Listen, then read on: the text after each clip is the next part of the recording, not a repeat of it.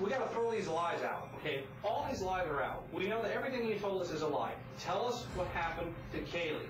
Tell us what happened to Caylee. I dropped off Caylee. And that's the last time that I've seen her. I dropped her off. Where did you drop her off? I dropped her off at that apartment. No, you didn't. That's exactly where I dropped her off. And who'd you drop her off to? With Zenaida. No, you didn't. She's the last person. No, that's not true. You last saw her June the 9th? Monday. Do you remember what y'all did on June the 8th? I can't think of what I did, but anything significant? I think I might have been at Tony's. I think my mom took Caylee up to see her parents in Mount Dora. She either took her up there that Saturday or that Sunday. My boyfriend's apartment. Oh, okay. So that was like a day visit? For my parents, or for my mom, yeah. When my mom was up there, even just by herself, or with my dad, or I go up there with her. Your baby went up there with your mom to see her parents? See her great-grandparents. Yeah. We are taking your calls live to Gail in Georgia. Hi, Gail. Oh, hey, Nancy. How are you? I'm good. Thank you, and thank you for calling in. What's your question, dear? I just want to tell you, I have a daughter right now at Walter F. George Law School that wants to be a victim's advocate next year when she graduates.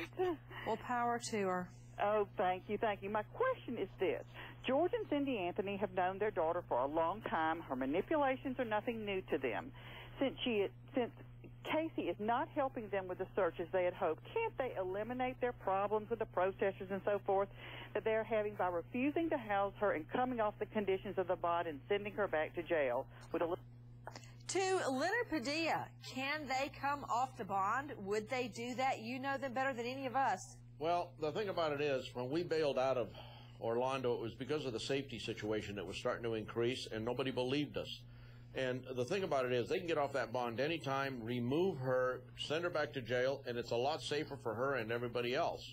Now, something that came up earlier about the investigators that are out here right now, one thing that I do want to mention that took kind of a strange turn.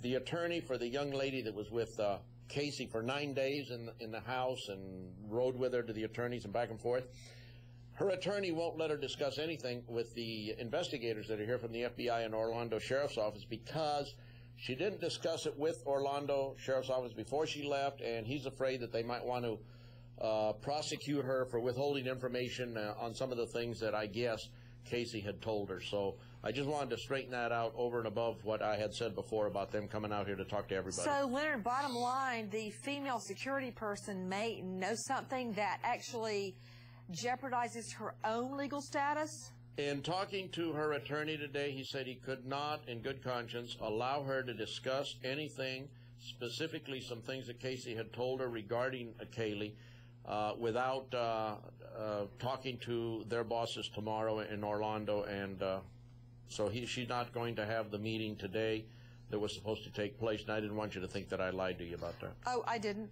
To Robert Dick, former security with Casey Anthony, scheduled to meet with investigators. When you were in Florida, did you ever talk to law enforcement about what Casey Anthony said, Robert? No, I had no conversations with law enforcement. But you're set to speak to them now? Yeah, I have no problem talking to them. When you compare what she told you about Zenaida Gonzalez and her sister Samantha taking the baby there at Blanchard Park, what impression does that leave you with? It's a completely different story than what she told cops. Well, I knew the entire thing was a complete lie. It's just that my part in that is just to sit there and listen and let her tangle this web even further. I mean, she's not smart enough to keep ahead of her own lies. Why do you think, Robert Dick, that Lee Anthony gave you the phone records?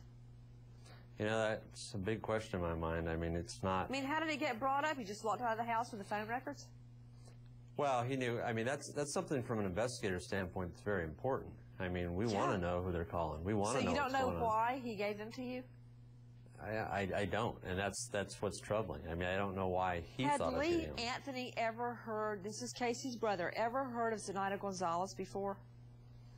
Well, if you look back at the police report, even Amy says that she was talking with him, and it was news to him that it had only been brought up in the last 30 days. And then he starts swearing to us that it's been around for a year, year and a half. I mean, it's all a complete lie.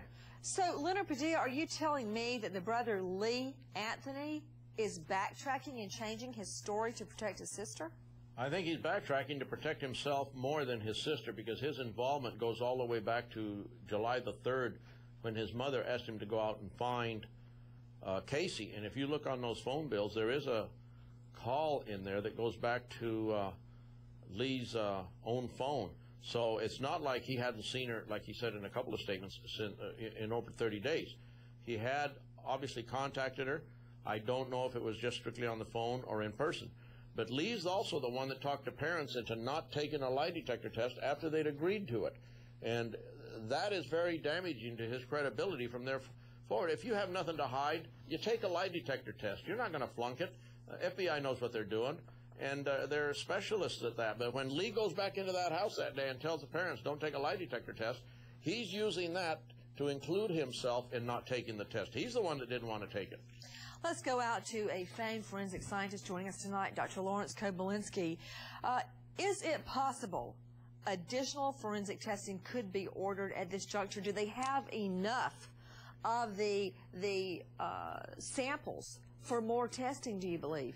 Well, again, there may be other evidence that we haven't even heard about yet that they may have either tested or perhaps it's yet to test. But there is certainly sufficient evidence for the state to begin their case. The charge, of course, would depend upon whether or not they could prove that there was a dead body in the trunk. But there may be evidence that we don't even know about, we haven't heard about yet, and that's a real possibility.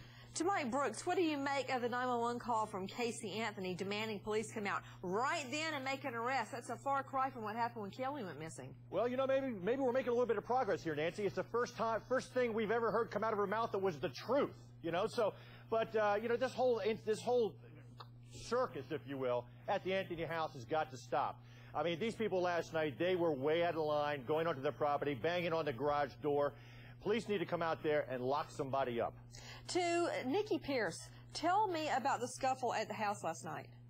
Well, right after midnight, some protesters started chucking things at the house, and turns out that they were coins. Cindy called police and said it sounded like rocks, so the police came out, and the protesters scattered.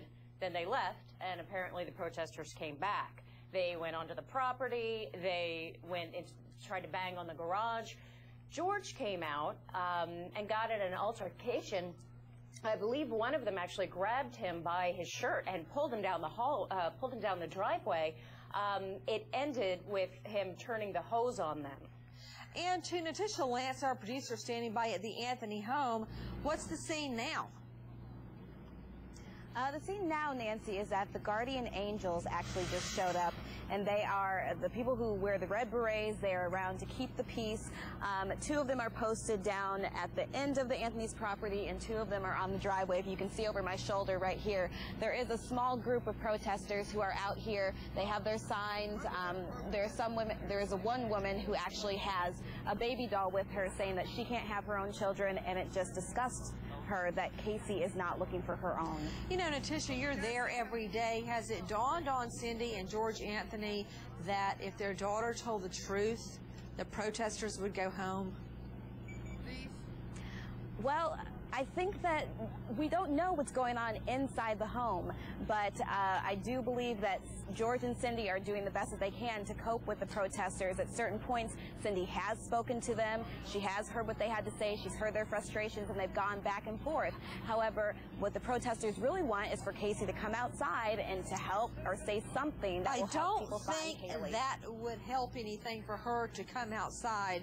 Everybody, we are taking your calls live. That was the scene outside the Anthony home.